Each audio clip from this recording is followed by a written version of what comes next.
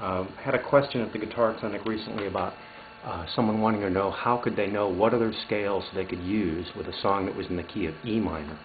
We're going to look at D minor, but all you'd have to do is move all this up 2 frets. And the reason we're looking at D minor is the backing tracks that I'm going to use for the demonstration of this are in D minor.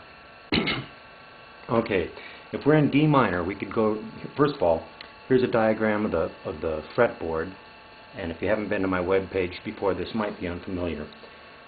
This is the nut up here at the top, and these are the names of the 6 strings, with the fattest string on this side. This is E, A, D, G, B, and E. We number the strings from the skinny side over, so it's 1, 2, 3, 4, 5, 6. First string being the skinniest one, so you're looking at the neck as if it was long ways. The headstock up here, and the bridge would be down there. All right. The white dots are the fret markers. I've made all the frets the same distance apart so that I could slide the diagram in and out. Once we've marked these frets, you can move them to any key you want. I'm going to mark on the cover with an erasable pen. And you can print this sheet out at my Fretboard Basics page. You can save this as a file, print it out, get your own document protector, and you can mark any scales on there and move them to any key you want. So this is a handy little diagram to use. Feel free to print it out. And that's at the Fretboard Basics page at my web page, and the links are in the text box next to this diagram. In the key of D minor, if we go pentatonic, we're going to use the G form, and if you're not familiar with the scale forms, go to my scale forms page. And the G form, we could use all 6 strings at the 10th fret. Now, you're not going to play them all at once. This isn't a chord diagram, it's a scale diagram. So you can use all 6 of those. We can use this F, which is the 3rd fret up there, A, and D. Right there's our pentatonic minor, D, F, G, A, C, D. And then it goes again, D, F, G, A, C, D, and this F. That's our pentatonic minor. And when people get bored improvising, that's the G form pentatonic minor. We can move that to other places on the neck with other fingerings, and I'll show that in the diagrams also. But for now, we're going to start out with the G form.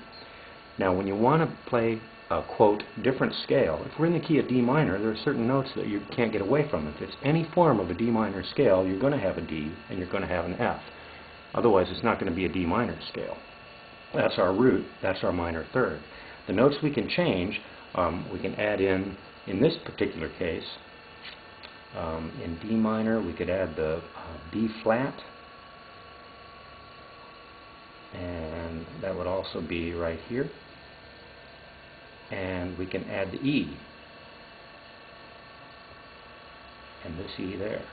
Those are the notes we would add to the pentatonic to make it a natural minor. So it's not like we're going to move to a whole different place on the neck or use totally different notes. We're going to add more notes. So for the pentatonic, we would just use D, F, G, A, C, D. To make it a natural minor, we would add the E and the B flat. And that's all we've done, is added the B flat in 2 places and the E in 3 places. And that would make it a natural minor. Now,